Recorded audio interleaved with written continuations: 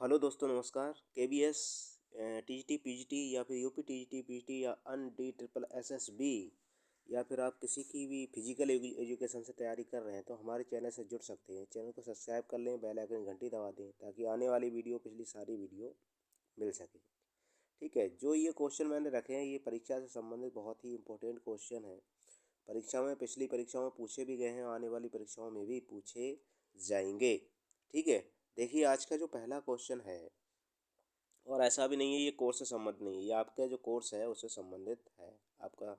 ठीक है, तो पहला क्वेश्चन देखिए आपका, शरीर रचना की प्रारंभिक जीवित इकाई एकक इकाई होती है। कोशिका होती है, ऊतक होता है, कार्टिलेज होता है या मांसपेशी होती है। तो ये होती है आपकी क्या? कोशिका। शरीर रचना की प्रारंभिक जीवित इकाई जो एकक इकाई है वो आपकी क्या होती है? कोशिका होती है। ठीक है, अगला क्वेश्चन देखिए, समान कोशिकाएं मिलकर शरीर रचना के किस उत्तरदायी तत्व का निर्माण करती हैं? समान कोशिकाएं मिलकर शरीर रचना की किस उत्तरदायी तत्व का निर्माण करती हैं? जीव तत्व का, ऊतक का, त्वचा का या मांसपेशी का? तो ये कोशिकाएं जो मिलकर के जो निर्माण करेंगी वो करेंगी आपका ऊतक का। अगला क्वेश्चन है आपका, ऊतक मुक्तक कितने प्रकार के होते हैं? 2 प्रकार, 4, 5 या 6? तो ऊतक का प्रकार जो होते हैं वो होते हैं 5। ऊतक कितने प्रकार के होते हैं? 5 प्रकार के ऊतक होते हैं। अस्थियां का निर्माण होता है कार्टिलेजों में, खनिज लवणों में, कार्बनिक पदार्थ में या सभी के योग से। तो अस्थियों का निर्माण कार्टिलेजों से भी होता है, खनिज लवणों से भी होता है और कार्बनिक पदार्थों से भी होता है। इसका आंसर होगा उपर्युक्त सभी के योग से। अगला क्वेश्चन देखिए, अस्थियों में मुख्यतः उपस्थित रहता है कैल्शियम और फास्फेट, कैल्शियम फास्फेट और कैल्शियम कार्बोनेट, कैल्शियम फास्फेट और यूरिक सल्फेट, इनमें से कोई नहीं। तो हड्डियों के अंदर जो उपस्थित रहेगा वो रहेगा कैल्शियम फास्फेट और कैल्शियम कार्बोनेट। अगला क्वेश्चन देखिए, हमारे शरीर में कुल कितनी अस्थियां होती हैं? 204, 206, 208 या 210? तो हमारे शरीर में हड्डियों की जो संख्या होती है वो होती है आपकी 206 होती है। अगर बच्चों की नवजात शिशु की बात आएगी तो 206 से अधिक होती हैं। ठीक है, 206 से भी अधिक, 200 कहीं भी कॉलम मतलब दे देते हैं, 270 भी दे देते हैं, लेकिन मतलब इसमें अगर 5 जोड़ देंगे 206 में,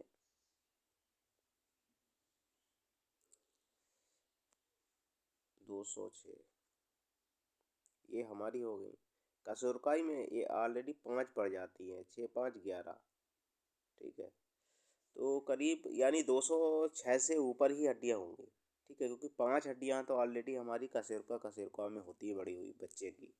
हमारी 26 होती हैं और बच्चे में 33 करीब होती हैं। ठीक है, अगला क्वेश्चन देखिए, अगला है आपका, हमारी खोपड़ी में कुल कितनी अस्थियाँ होती है? 29 और 22 होती हैं या 20 होती हैं, 14 होती हैं, 8 होती है? हमारी खोपड़ी में कुल अस्थियों की संख्या अगर कुल पूछा जाएगा तो कितनी होती हैं?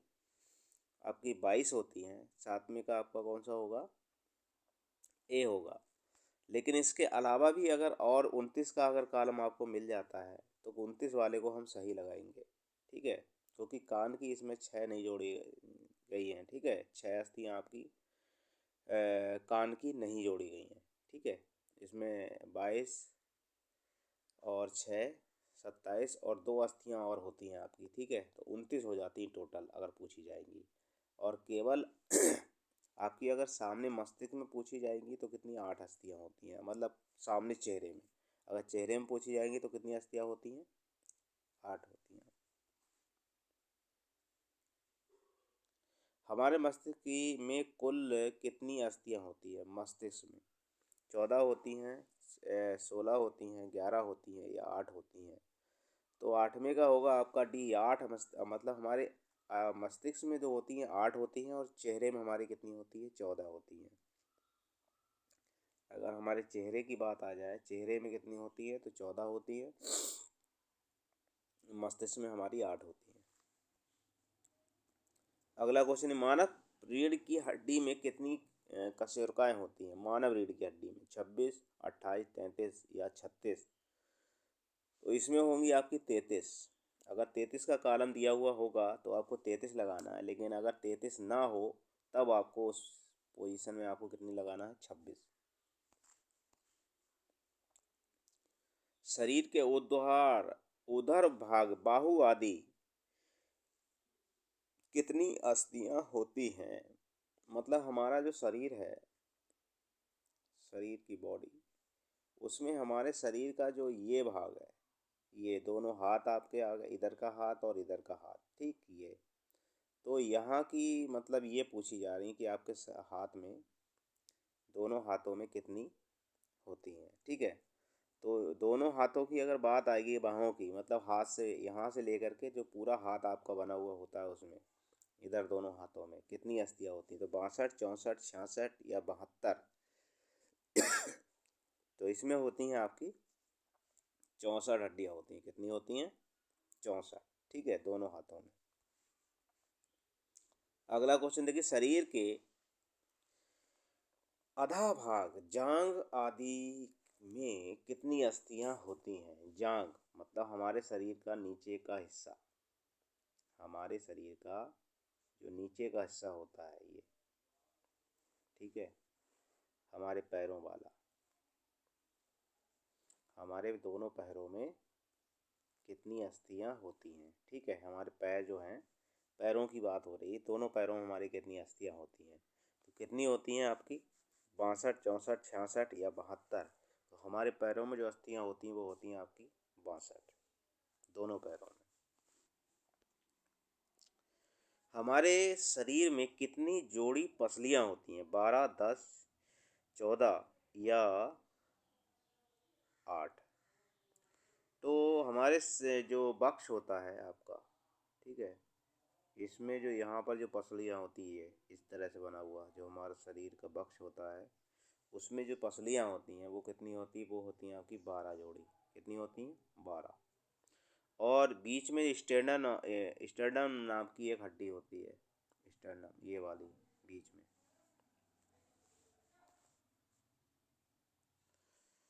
अस्थि संधि में कौन सा तरल पदार्थ होता है, अस्थि संधि में कौन सा तरल पदार्थ होता है।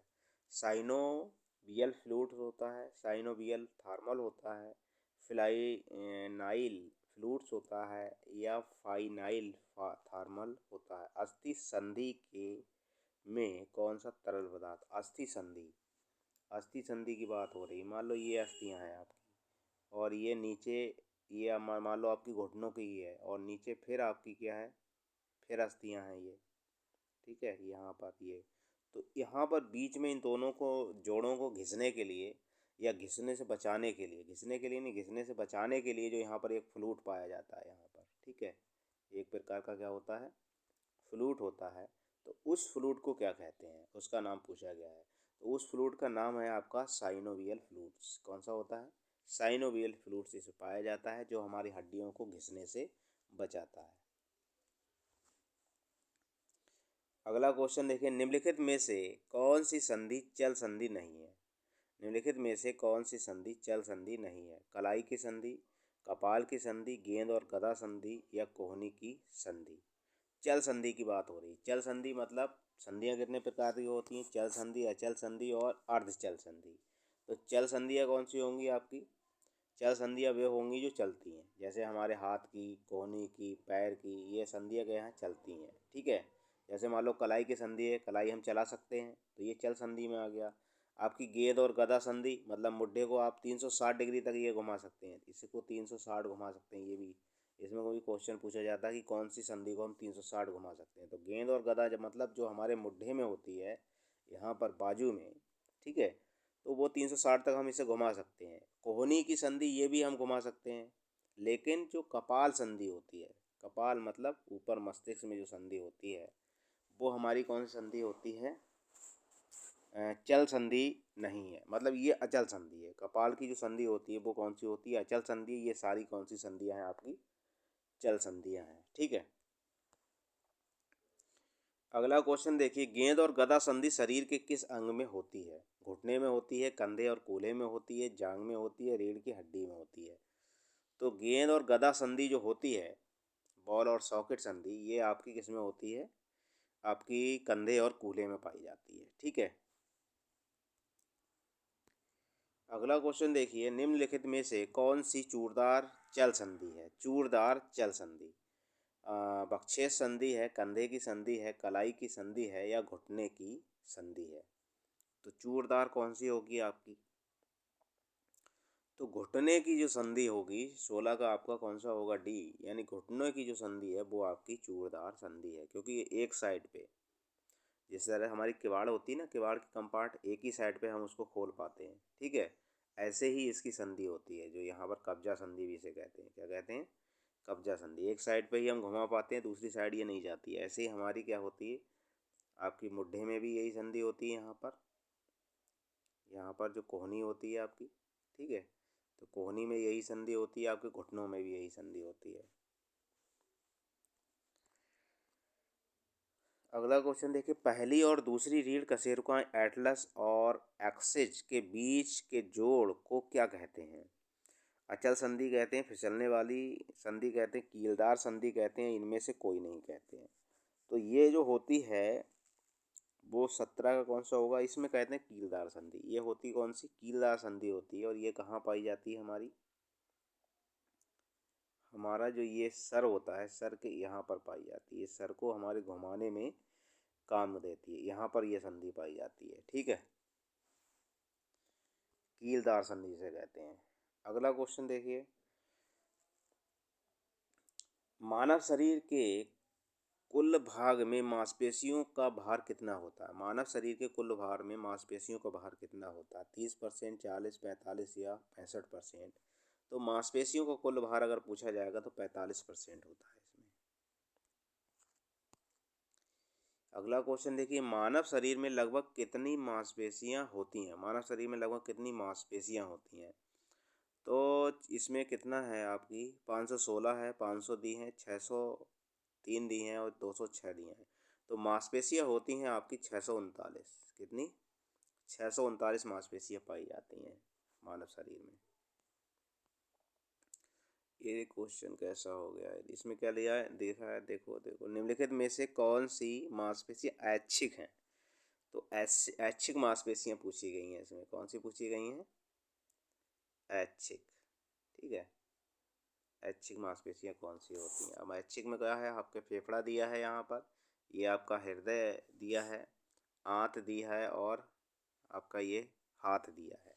ठीक है, आपका फेफड़ा दिया है, मान लो फेफड़ा मैंने यहाँ लिख दे रहा हूँ। फेफड़ा हो गया, आपका हृदय हो गया और आपकी आंत हो गई और आपका हाथ हो गया। तो किस में ये ज़्यादा पाई जाए, बताओ। ऐच्छिक मांसपेशियां किस में पाई जाती हैं, बताओ। जिस ऐच्छिक का मतलब जो इच्छा अनुसार हमारा कार्य करे। तो हमारे इच्छा अनुसार कौन सी कार्य करती हैं, फेफड़े करते हैं, हृदय करते हैं, या आंत करती हैं, या हाथ करता है। तो हमारी ऐच्छिक का मतलब दो प्रकार की होती हैं, ऐच्छिक और अनैच्छिक। तो ऐच्छिक में हमारे कौन से आएंगे, जो जिसको द्वारा हम खुद काम कर सकें। हाथ हमारा हमारे द्वारा काम करेगा, हम जिधर घुमाएंगे उधर जाएगा। लेकिन क्या फेफड़ा हमारे द्वारा काम करेगा, वो अपने स्वेच्छा से करता है भाई। अगर हमारे हिस्सा हम कहेंगे रुक जाओ तो मृत्यु हो जाएगी।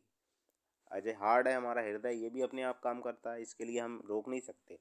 ऐसी आंतें जो अपना काम करती हैं वो भी अपने द्वारा ही काम करती हैं। ठीक है, तो ये तीनों आपकी अनैच्छिक थी और जो हाथ था वो आपका ऐच्छिक में था। अगला देखिए, निम्नलिखित में से अनैच्छिक मांसपेशी कौन सी है। अनैच्छिक मांसपेशी पूछा जा रहा, हाथ है, पैर है, जीभ है या हृदय है। अनैच्छिक मांसपेशी, तो हाथ आपका ऐच्छिक मांसपेशी में आता है, आपका पैर ऐच्छिक मांसपेशी में आता है, आपकी जीभ जो है वो भी ऐच्छिक मांसपेशी आती है, लेकिन हृदय जो है वो अनैच्छिक मांसपेशी का अंग है। ठीक है,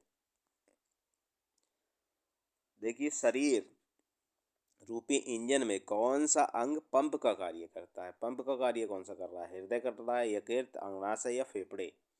तो पंप का कार्य जो करेगा वो करता है आपका हृदय। हृदय जो है हमारे शरीर में क्या है, पूरे शरीर में ब्लड पहुंचाने का कार्य करता है पंप की तरह। ठीक, और यकृत का कार्य, यकृत में आपका पित्ताशय वगैरह पाया जाता है। अग्नाशय, अग्नाशय में भी आपके रस एंजाइम होते हैं। फेफड़े हमारा श्वसन तंत्र को कार्य करता है। अगला देखिए, रुधिर शोधन का कार्य किस अंग द्वारा किया जाता है? रुधिर का शोधन यकृत द्वारा, वृक्क द्वारा, धमनियों द्वारा या हृदय द्वारा? तो रुधिर का जो शोधन किया जाता है वो किया जाता है आपका हृदय द्वारा। हृदय द्वारा रुधिर का शोधन होता है। अगला क्वेश्चन देखिए, शुद्ध रुधिर को हृदय तक पहुंचाने वाली नलिकाएं कहलाती हैं। शुद्ध रुधिर को हृदय तक पहुंचाने वाली नलिकाएं कहलाती हैं। धमनी, सिराएं, नलिकाएं या नसें। अशुद्ध रुधिर को, शुद्ध नहीं अशुद्ध की बात हो रही है, अशुद्ध रुधिर को हृदय तक पहुंचाने वाली नलिकाएं। तो अशुद्ध रुधिर को जो पहुंचाती हैं वो होती हैं आपकी कौन सी? धमनियां या सिराएं? वो होती हैं आपकी सिराएं। ठीक है, उसे कहते हैं क्या? सिराएं। अगला क्वेश्चन देखिए, हृदय से शुद्ध रुधिर को लाने वाली नलिकाएं कहलाती हैं। अब हृदय से जो शुद्ध रुधिर लेकर के आ रही हैं उसे क्या कहेंगे? धमनी कहेंगे, सिराएं कहेंगे या ललिकाएं कहेंगे, फुफ्फुस कहेंगे? वो होती हैं आपकी धमनी। जो शुद्ध ले जाती हैं वो होती हैं आपकी धमनी, जो अशुद्ध ले जाती हैं वो होती हैं आपकी सिराएं। रक्त में अनुमानतः कितना पानी होता है? 10%, 40%, 60% या 90%? तो रक्त में अगर पूछा जाए पानी की मात्रा तो 90% होती है इसमें। अगला क्वेश्चन, सामान्यतः स्त्रियों में हृदय का भार कितना होता है? 250 ग्राम, 220 ग्राम, 300 ग्राम या 325 ग्राम? तो सामान्यतः हृदय का जो भार होता है स्त्रियों का वो होता है आपका 250 ग्राम। 28वां क्वेश्चन, सामान्यतः पुरुषों के हृदय का भार कितना होता है? 220 ग्राम, 275 ग्राम, 300 ग्राम या 325 ग्राम? पुरुषों के हृदय का भार होता है आपका 300 ग्राम। मानव शरीर द्वारा गृहीत 75% ऑक्सीजन का उपयोग कौन सा अंग करता है? फेफड़े करते हैं, हृदय करता है, यकृत करता है या वृक्क करता है? तो 29 का आपका होगा कौन सा? 29 का होता है बी, हृदय। ठीक है, मानव शरीर के गृहीत 75% ऑक्सीजन का उपयोग कौन सा अंग करता है? तो वो करता है आपका हृदय। 75% उपयोग करता है ऑक्सीजन का। मनुष्य का हृदय 1 मिनट में कितने बार स्पंदन करता है? 16 बार, 20 बार, 37 या 72? तो 1 मिनट में जो करेगा वो 72 बार स्पंदन करता है मनुष्य का हृदय।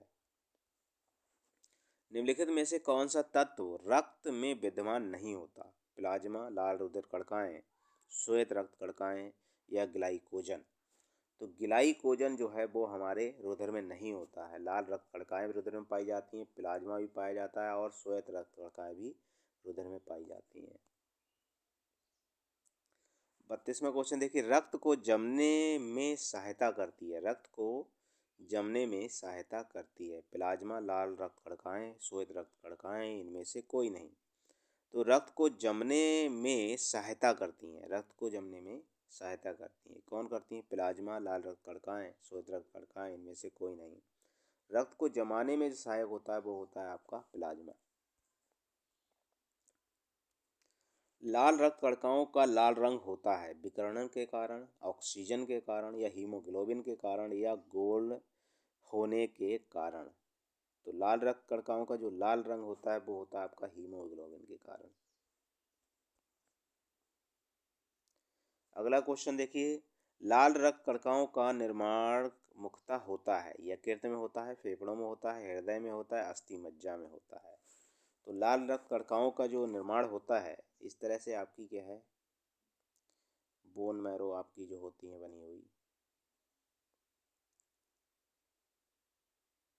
ठीक है, तो इसके अंदर ये जो खोखला पदार्थ होता है इसके अंदर क्या है? खोखली होती है। तो खोखली में आपने यहाँ पर देखा होगा ये जो लाल ये जो भरा हुआ होता है अस्थि मज्जा, ये ही आपका क्या होता है? इसमें आधा आपका सफ़ेद होता है कुछ भाग और कुछ भाग इसमें लाल होता है। ठीक है, तो जो लाल होता है वो लाल रक्त कणिकाओं का निर्माण करता है। ठीक है, और जो सफ़ेद होता है इसमें भाई श्वेत रक्त कणिकाओं का कार्य करता है। और अस्थि मज्जा में ही आपका इसका किसका लाल रक्त कणिकाओं का निर्माण होता है। ठीक है, आप जो खाने वाले होंगे इसको उसके उनको मालूम होगा कि हड्डी के अंदर जो लसलसा सा जो पदार्थ मिलता है हड्डी के अंदर उसमें ये होता है रक्त का जो निर्माण होता है वो उन्हीं के अंदर होता है। ठीक है, अगला क्वेश्चन देखिए, लाल रक्त कणिकाओं आरबीसी का मुख्य कार्य है ऑक्सीजन ढोना, तापमान नियंत्रण करना, रोगों से बचाव और रक्त का थक्का जमाना। तो आरबीसी का मुख्य जो कार्य है वो है हमारे शरीर में ऑक्सीजन का ढोना, पूरे शरीर में ऑक्सीजन पहुंचाता है ये। अगला क्वेश्चन देखिए, श्वेत रक्त कणिकाओं डब्ल्यूबीसी का मुख्य कार्य है रक्त का थक्का जमाना, रोगों से बचाव, तापमान नियंत्रण और ऑक्सीजन ढोना। तो डब्ल्यूबीसी का जो कार्य होता है वो होता है रोगों से बचाव, ये रोगों से हमारी रक्षा करता है। 37वां क्वेश्चन है, छोटी आंत की लंबाई लगभग होती है 15 फुट, 18 फुट, 22 फुट या 25 फुट। तो छोटी आंत की जो लंबाई होती है वो होती है आपकी 22 फुट। हाइड्रोक्लोरिक अम्ल और रेनिन नामक रस भोजन में विलय होते हैं, यकृत में होते हैं, आमाशय में होते हैं, छोटी आंत में होते हैं या लाल ग्रंथियों में होते हैं। तो हाइड्रोक्लोरिक अम्ल और रेनिन अम्ल जो रस होता है वो किस में होता है आपका, छोटी आंत में या आमाशय में या यकृत में। तो ये होता है आपका किस में, आमाशय में। किस में होता है, आमाशय में होता है। अगला क्वेश्चन देखिए, पित्त रस निर्माण होता है, पित्त का निर्माण कहाँ पर होता है, आमाशय में होता है, छोटी आंत में होता है, यकृत में या मुख में। तो ये होता है आपका यकृत में। आपने इस तरह का आपका यकृत होता है बना हुआ, ठीक है, इस तरह का शरीर में, और यहाँ पर ये आपकी पित्त की थैली सी बनी हुई होती है, ठीक है, यहाँ पर होता है, ठीक, इसके द्वारा ही ये यहाँ पर आता है। इस तरह से आपका यहाँ पर आमाशय का निर्माण होता है, ये आमाशय होता है बना हुआ इस तरह से, ठीक। तो इसमें ये यहीं से ये रस जो है वो मिलता है आगे।